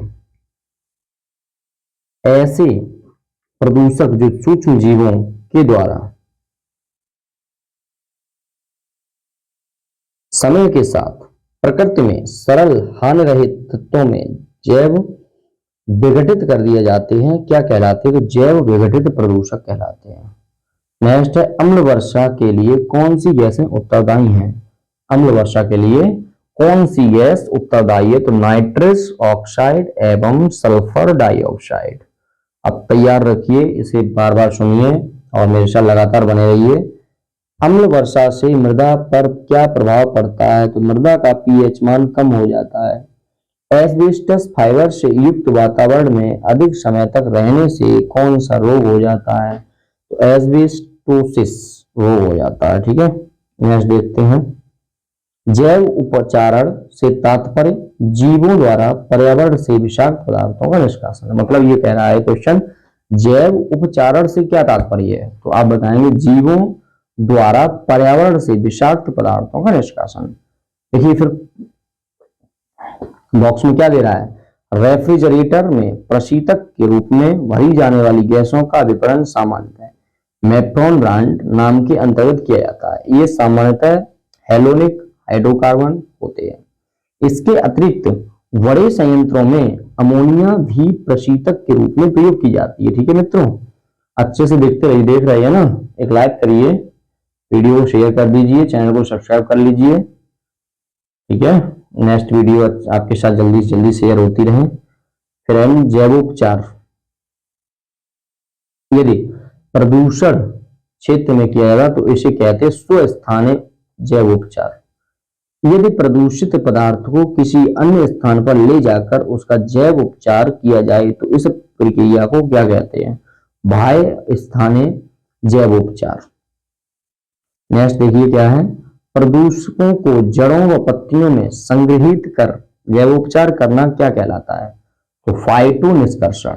देखिए नेक्स्ट, ओजोन परत की खोज चार्ल्स फैब्री, मोस्ट इंपोर्टेंट है, ओजोन परत की खोज चार्ल्स फैब्री एवं हेनरी बुशॉन ने की थी। ठीक है, फिर नेक्स्ट देखते हैं चेरनोबिल। अब तो 2-3 पेज बचे हुए, आराम से देखते हैं ना, मजा मजा आएगा। 15 क्वेश्चन से कहीं से नहीं गए और आता यहीं से, कहीं से बाहर से नहीं आएगा। 15 मिनट और लगेंगे आपसे। चेरनोबिल जो यूक्रेन में स्थित परमाणु केंद्र में नाभिकीय दुर्घटना कब हुई? तो 26 अप्रैल 1986 को हुई। इधर देखो प्रदूषक हैं और प्रदूषक से पड़ने वाले दुष्प्रभाव कौन कौन से हैं? कार्बन मोनोऑक्साइड से श्वास संबंधित रोग होता है। नाइट्रोजन ऑक्साइड से केंद्रीय तंत्रिका तंत्र संबंधी समस्याएं होती हैं। धूलकण से यकृत और वृक्क को क्षति होती है। सीसा से कैंसर होता है। भारत की कौन सी नदी अपने प्रदूषकों के कारण जैविक मरुस्थल कहलाती है? याद रखो, भारत की कौन सी नदी अपने प्रदूषकों के कारण जैविक मरुस्थल कहलाती है? दामोदर नदी। दामोदर नदी को दूसरे किस नाम से जाने जाते हैं? आप कमेंट बॉक्स में करके बताएंगे। हमने इंडियन ज्योग्राफी में बहुत अच्छे से पढ़ाया ये। पेयजल में नाइट्रेट की मात्रा अधिक होने से बच्चों में कौन सा रोग हो जाता है? Blue baby syndrome. ठीक है, कौन सा हो जाता है? पेयजल नाइट्रेट में की मात्रा अधिक होने से बच्चों में कौन सा रोग हो जाता है? तो ये है ब्लू बेबी सिंड्रोम या अथवा मिथेनोग्लोमेनिया। सिगरेट के धुएं में कौन सा प्रदूषक पाए जाते हैं? तो कार्बन मोनोऑक्साइड या बेंजीन। ठीक है, ग्रीन मफलर। अब भाई रे भाई मोस्ट इंपॉर्टेंट है, पूछ लिया था। ग्रीन मफलर किस पर्यावरणीय समस्या से संबंधित है? ध्वनि प्रदूषण से। किससे है? तो ध्वनि प्रदूषण से है ये। ठीक है, अधूरे प्रज्वलन के कारण कार से कौन सी गैस निकलती है? कौन सी निकलती है? Carbon monoxide. पॉलीथीन की थैलियों को नष्ट क्यों नहीं किया जा सकता है? तो पॉलीमर निर्मित होने के कारण। ठीक है, फिर नेक्स्ट है आपका भोपाल गैस त्रासदी में यूनियन कार्बाइड फैक्ट्री से किस कार्यशा हुआ था? तो आप कहेंगे मिथाइल आइसोसाइनाइड। फिर नेक्स्ट इंसिनरेटर्स का प्रयोग किस लिए किया जाता है? तो आप कहेंगे कूड़े कचरे के लिए, कूड़े कचरे जलाने के लिए। ठीक है, भारत में जल प्रदूषण निवारण तथा नियंत्रण अधिनियम किस वर्ष लागू किया गया था? तो आप कहेंगे वर्ष 1974 में।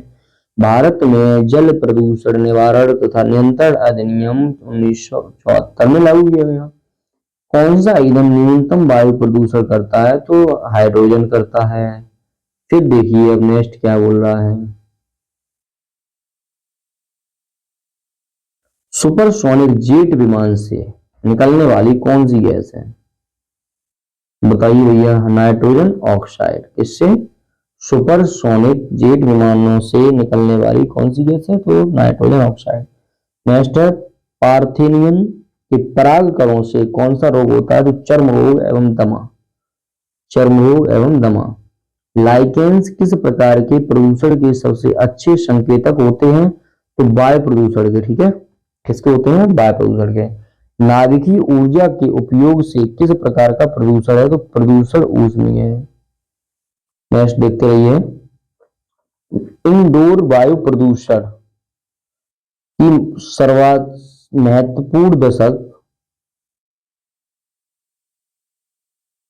महत्वपूर्ण रेडान गैस है। इससे फेफड़े का कैंसर एवं रक्त कैंसर होता है। अब नेक्स्ट देखिए इसमें क्या पॉइंट है। इटाई इटाई रोग किस धातु के कारण होता है? इटाई इटाई रोग किस धातु के कारण होगा?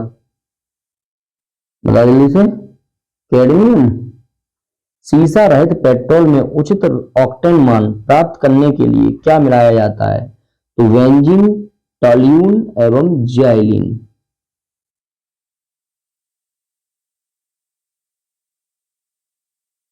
बेंजीन के कारण कौन सा रोग होने की संभावना है? तो रक्त कैंसर। सिलिकोसिस तथा एस्बेस्टोसिस नामक रोग किस प्रकार के धूल कणों से होते हैं? तो सिलिका तथा एस्बेस्टस युक्त धूल कणों से। इंपॉर्टेंट है ये। भूमिगत जल को प्रदूषित करने वाले प्रमुख प्रदूषक तत्व कौन से हैं? Arsenic, fluoride. कोयला उद्योग में संलग्न व्यक्तियों को सामान्यतः कौन सा रोग है? तो न्यूमोकोनियासिस। ओके, अब नेक्स्ट पॉइंट देखते हैं। ठीक है, तो नेक्स्ट चलिए अब देखते हैं। भारत में सभी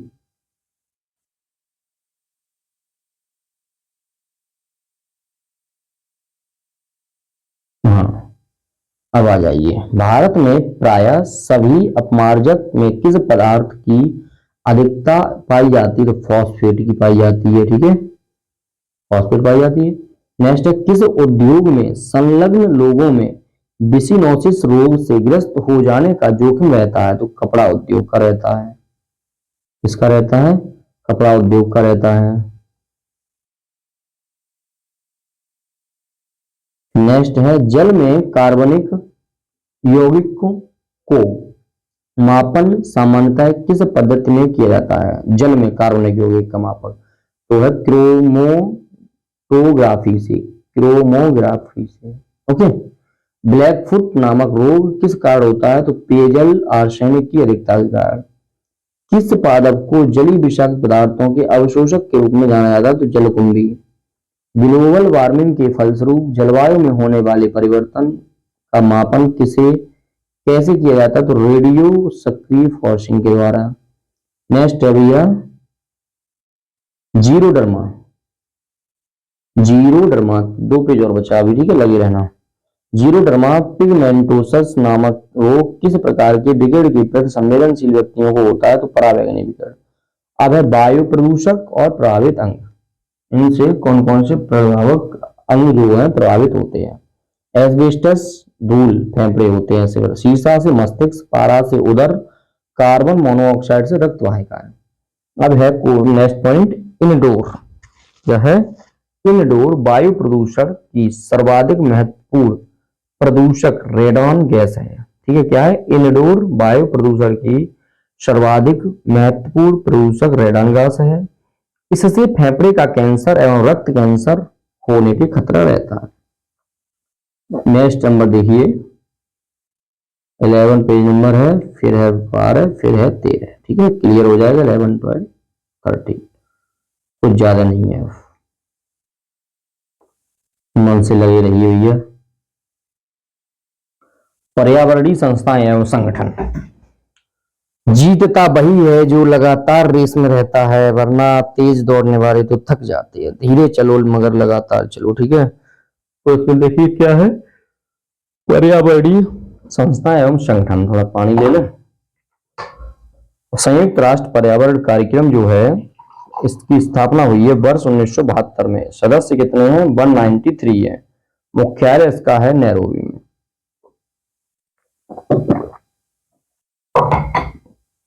संगठन जो है वो है संयुक्त राष्ट्र पर्यावरण कार्यक्रम UNEP। स्थापना वर्ष 1972 में। सदस्य जो है 193 है। मुख्यालय जो है वो नैरोबी केन्या में। उद्देश्य क्या है, तो वैश्विक क्षेत्रीय, मोस्ट इंपोर्टेंट है, वैश्विक क्षेत्रीय एवं राष्ट्रीय पर्यावरण परिस्थितियों एवं प्रवृत्तियों का आकलन करना एवं राष्ट्रीय पर्यावरणीय उपकरण विकसित करना। नेक्स्ट संगठन है IUCN, international union for conservation of nature. की स्थापना हुई है अक्टूबर 1948 में। मुख्यालय इसका ग्लांड स्विट्जरलैंड में है। सदस्य हैं 1300। 130 देश होंगे, ये 1300 क्यों है। नेक्स्ट है यह, इसका उद्देश्य क्या है, यह प्रकृति संरक्षण तथा प्राकृतिक संसाधनों के सतत उपयोग के क्षेत्र में कार्य करता है। ठीक है।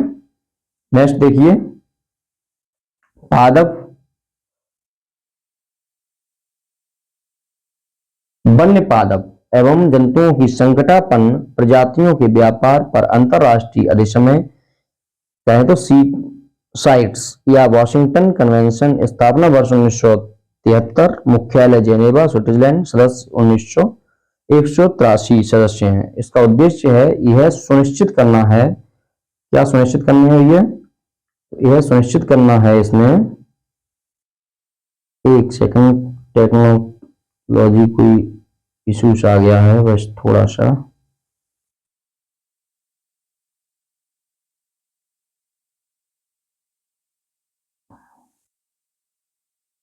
मैं तो एक सेकंड रुकना, ठीक है।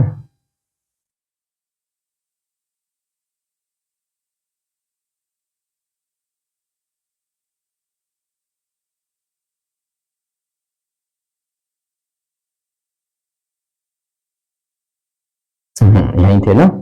इसका उद्देश्य क्या है, वन्य पादप एवं जंतुओं की संकटापन्न प्रजातियों के व्यापार, ये देखिए आपका ये रहा, प्रजातियों के व्यापार और अंतरराष्ट्रीय अधिसमय या वाशिंगटन कन्वेंशन। स्थापना वर्ष 1973। मुख्यालय जेनेवा में है। सदस्य 130 हैं, 83 है। इसका उद्देश्य है यह सुनिश्चित करना है कि वन्य जीवों एवं अंतरराष्ट्रीय व्यापार उनकी उत्तरजीविता के उत्पन्न न करें। नेक्स्ट है वन्य जंतुओं की प्रवासी प्रजातियों के संरक्षण पर अभिसमय। स्थापना वर्ष इसकी है 1979। मुख्यालय है बॉर्न जर्मनी में। सदस्य हैं 313। यह अभिसमय प्रवासी पशु पक्षियों के संरक्षण के लिए वैश्विक प्रदान करना है। ठीक है, क्या है, वैश्विक प्रदान करना है, वैश्विक मंच प्रदान करना है। फिर नेक्स्ट देखो क्या है, विश्व वन्यजीव कोष WWF। इसकी स्थापना वर्ष 1961। सदस्य 100 देश है। मुख्यालय इंग्लैंड है। नेक्स्ट देखते हैं, पुनर्स्थापना कर रहा है, ये बोल रहा है यह पर्यावरण संरक्षण शोध एवं पुनर्स्थापना के लिए कार्य करता है। नेक्स्ट है वर्ल्ड लाइफ इंटरनेशनल। स्थापना इसकी है 1922 में। सदस्य हैं 121। मुख्यालय कैम्ब्रिज है। क्या है, वर्ल्ड लाइफ इंटरनेशनल। स्थापना वर्ष जो है इसकी 1922 है। मुख्यालय कैम्ब्रिज UK में है। सदस्य हैं जो हैं 121 है। इसका उद्देश्य क्या है, यह पक्षियों एवं उनके आवासों का संरक्षण करके जैव विविधता का संरक्षण करता है। नेक्स्ट देखो वर्ल्ड इंस्टीट्यूट। इसकी स्थापना वर्ष 1974 है। मुख्यालय वाशिंगटन DC में है। इसका उद्देश्य पौष्टिक भोजन एवं नवीकरणीय ऊर्जा तक सार्वभौमिक पहुंच सुनिश्चित करना है। फिर नेक्स्ट है ग्रीन पीस की स्थापना वर्ष 1971 है। मुख्यालय इसका नीदरलैंड्स एम्स्टर्डम में है। इसकी है पर्यावरणीय मुद्दों पर ध्यान केंद्रित करता है। Wetlands international. स्थापना वर्ष 1995। मुख्यालय है वेंजनिजन नीदरलैंड्स। यह आर्द्रभूमि की क्षरण रोकने एवं नष्ट आर्द्रभूमियों को पुनर्स्थापना में लाने के लिए कार्य करता है। फिर नेक्स्ट रॉटरडम कन्वेंशन। इसकी स्थापना वर्ष 1998। सदस्य देश हैं 157। मुख्यालय है रॉटरडम नीदरलैंड्स में। इसका उद्देश्य जो है वो है मानव स्वास्थ्य एवं पर्यावरण को हानिकारक प्रभाव से सुरक्षा हेतु पक्षकार राष्ट्रों के मध्य हानिकारक अवशिष्टों के अंतर्गत से संबंध। नेक्स्ट है स्टॉकहोम सम्मेलन। स्थापना वर्ष 2001 है। सदस्य हैं 152। मुख्यालय स्टॉकहोम स्वीडन में है।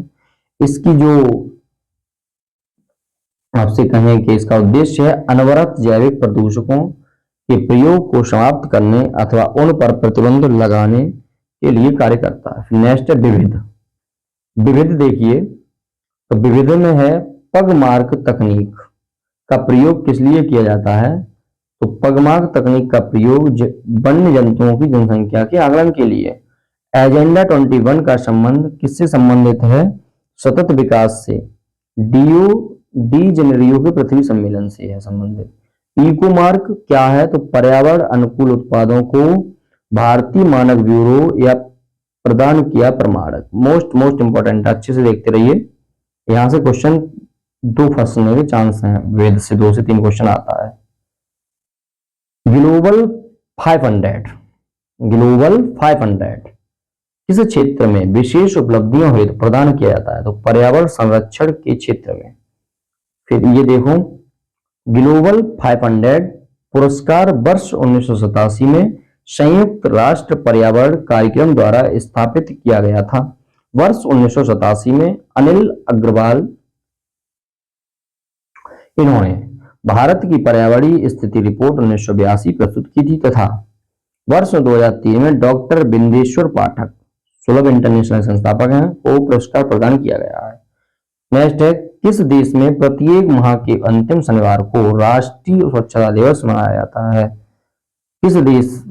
किस देश में प्रत्येक माह के अंतिम शनिवार? तो सियरा लियोन, ये सियरा लियोन जो देश है इसमें। किस पर्यावरण कार्यकर्ता को वृक्ष मानव कहा जाता है? चंडी प्रसाद भट्ट को, चिपको आंदोलन से संबंधित थे। किस पर्यावरण कार्यकर्ता को वृक्ष मानव कहा जाता है? तो चंडी प्रसाद भट्ट को, यह चिपको आंदोलन से संबंधित भी थे। राजीव गांधी पर्यावरण पुरस्कार किस लिए प्रदान किया जाता है? राजीव गांधी पर्यावरण पुरस्कार मित्रों स्वच्छ प्रौद्योगिकी एवं विकास के क्षेत्र में योगदान के लिए। मित्रों अच्छे से देखते हैं, राष्ट्रीय पर्यावरण इंजीनियरिंग शोध संस्थान कहाँ है? तो नागपुर में है। पेरियार गेम अभ्यारण्य कहाँ है? तो किस लिए है? केरल में जो है पेरियार गेम अभ्यारण्य। तो देखो पेरियार एक नदी भी है केरल में, है ना। किस लिए प्रसिद्ध है? बाघों के लिए। Indian institute of technology and environment कहाँ अवस्थित है? तो नई दिल्ली में अवस्थित है। भारत सरकार द्वारा किस वर्ष केंद्रीय गंगा प्राधिकरण का गठन किया गया? तो वर्ष 1982 में।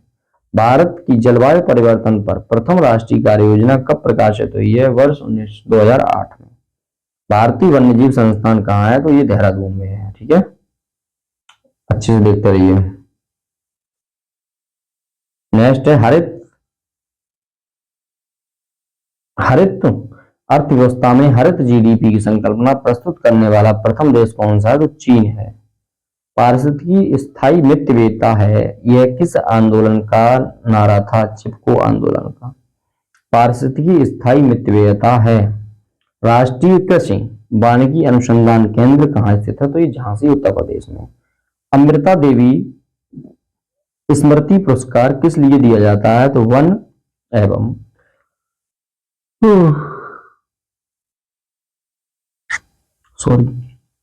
अमृता देवी स्मृति पुरस्कार किस लिए दिया जाता है? तो यह दिया जाता है वन एवं वन्यजीव की सुरक्षा हेतु किए गए कार्यों के लिए। नेक्स्ट है, कौन सा जंतु विश्व वन्यजीव कोष का शुभंकर क्या है? पांडा है। फिर पृथ्वी विज्ञान मंत्रालय के गठन से पूर्व इस मंत्रालय का नाम क्या था? तो महासागर विकास मंत्रालय था। मोस्ट इंपॉर्टेंट है, ये ध्यान में रखिएगा आप। यमुना एक्शन प्लान औपचारिक रूप से कब प्रारंभ किया गया है? तो 1993 में। सासाकावा पुरस्कार किस क्षेत्र में प्रदान किया जाता है? तो पर्यावरण संरक्षण एवं प्रबंधन के क्षेत्र में। नेक्स्ट देखते हैं, आंदोलन से जुड़े हुए लोग भी। चिपको आंदोलन जो है वो है संबंधित व्यक्ति हैं सुंदरलाल बहुगुणा, गौरा देवी, चंडी प्रसाद भट्ट।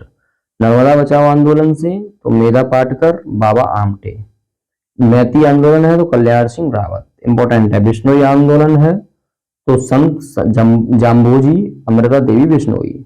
नेक्स्ट है प्रथम शिखर या प्रथम पृथ्वी शिखर सम्मेलन कहाँ आयोजित किया गया था? तो रियो डी जेनेरो, ब्राजील, 1992। अंतरराष्ट्रीय सौर गठबंधन का प्रथम शिखर सम्मेलन किस शहर में आयोजित किया गया? तो नई दिल्ली, वर्ष 2018 में। फिर देखिए भैया, इसका एक पॉइंट और है यहाँ पे, ये है कृषि वैज्ञानिक एम.एस. स्वामीनाथन को यूएनईपी द्वारा फादर ऑफ इकोनॉमिक इकोलॉजी की उपाधि दी गई थी। ठीक है, कृषि वैज्ञानिक एम.एस. स्वामीनाथन को यूएनईपी द्वारा फादर ऑफ इकोनॉमिक इकोलॉजी की उपाधि दी गई थी। अब देखिए लास्ट पेज आपके पास बचा है, लास्ट कंटेंट है, अच्छे से देख लो, यहां से क्वेश्चन आता है। सम्मेलन है अंतरराष्ट्रीय मानव पर्यावरण सम्मेलन, पर्यावरण का मैग्ना कार्टा ऐसे कहा जाता है। यह वर्ष 1972 में हुआ था सम्मेलन, और कहाँ हुआ था, क्या निर्णय लिया गया? तो संयुक्त राष्ट्र पर्यावरण कार्यालय कार्यक्रम यूएनईपी की स्थापना 5 जून को पर्यावरण दिवस मनाने का निर्णय लिया गया।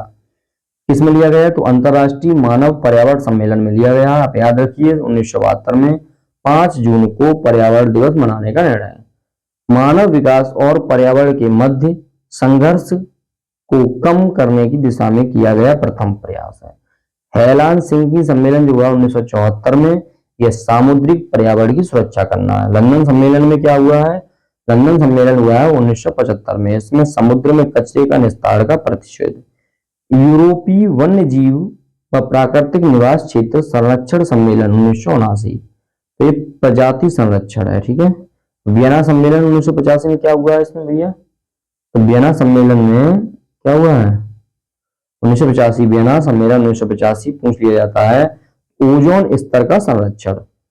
नेक्स्ट है मॉन्ट्रियल सम्मेलन। मॉन्ट्रियल सम्मेलन हुआ है 1987 में, इसमें क्या लिया गया? तो इसमें लिया गया है ओजोन परत के संरक्षण के लिए पहला अंतरराष्ट्रीय समझौता। 16 सितंबर 1987 को हुआ था। 16 सितंबर को ओजोन दिवस मनाने का निर्णय लिया गया है। नंबर 7 देखिए, रियो सम्मेलन 1992। रियो सम्मेलन जो हुआ है वो पृथ्वी सम्मेलन नाम से जाना जाता है। यह हुआ 1992 में। इसमें क्या निर्णय लिया गया? तो पर्यावरण विकास के लिए अंतरराष्ट्रीय सहयोग एजेंडा 21 स्वीकृत किया गया। जलवायु परिवर्तन पर संयुक्त राष्ट्र फ्रेमवर्क कन्वेंशन की स्थापना हुई। नेक्स्ट नंबर 8 है नैरोबी घोषणा पत्र। तो नैरोबी घोषणा पत्र 1997 में, भारतीय संधियों का प्रभावी क्रियान्वयन। नंबर 8 है क्योटो सम्मेलन, क्योटो प्रोटोकॉल पृथ्वी +5 सम्मेलन भी इसे कहते हैं, 1997 में हुआ। इसका निर्णय क्या हुआ? ग्रीन हाउस गैसों की पहचान तथा भूमंडलीय तापमान को कम करना। 1990 के स्तर में 5% की कटौती का निर्णय। जोहान्सबर्ग, इसे कहते हैं रियो +10 नंबर क्या है? जोहान्सबर्ग रियो +10 सम्मेलन, पृथ्वी +10 सम्मेलन 2002। सतत विकास पर विशेष बल। जोहान्सबर्ग में जो 2002 में हुआ है रियो +10 सम्मेलन, तो इसे क्या निर्णय लिया गया? सतत विकास पर विशेष बल दिया गया है। इसमें विश्व एकजुटता कोष की स्थापना पर भी निर्णय हुआ है। ठीक है, मॉन्ट्रियल सम्मेलन, मॉन्ट्रियल सम्मेलन UNFFCC 2005 में विकसित देशों द्वारा वर्ष 2012 तक ग्रीन हाउस गैसों के उत्सर्जन को कम करके 1990 के स्तर तक लाना है। नंबर 12 है नुसा दुआ सम्मेलन, बाली रोड मैप 2007। ग्रीन हाउस गैसों के उत्सर्जन की दर को वर्ष 2050 तक इस स्तर पर लाने का प्रस्ताव है। नंबर 13 है कोपेनहेगन सम्मेलन, इसका दूसरा नाम है पोस्ट क्योटो प्रोटोकॉल। यह हुआ है 2009 में। इसका निर्णय क्या हुआ है? विकसित और औद्योगिक राष्ट्रों द्वारा वर्ष 2020 तक ग्रीन हाउस गैसों के उत्सर्जन कटौती का प्रावधान, कम कार्बन अर्थव्यवस्था की परिकल्पना। नंबर 14 कानकुन सम्मेलन, ये हुआ 2010 में, हरित जलवायु कोष स्थापित करने का निर्णय। डरबन सम्मेलन, ये अफ्रीका में है। 15 नंबर है COP17 कहते हैं इसे, 2011।